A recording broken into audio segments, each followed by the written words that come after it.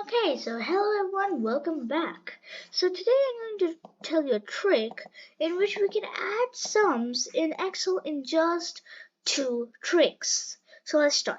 Here I've got some numbers from A1 to A5. There are some numbers. Now if I will just go to add these numbers, it'll take a lot of time. So let's select this, and we have the sum over here.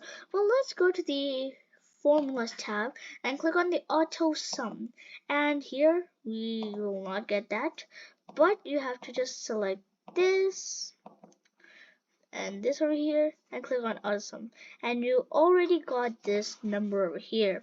So thanks for watching, and this is quite useful if you want to do your work very fast. So stay tuned and do something.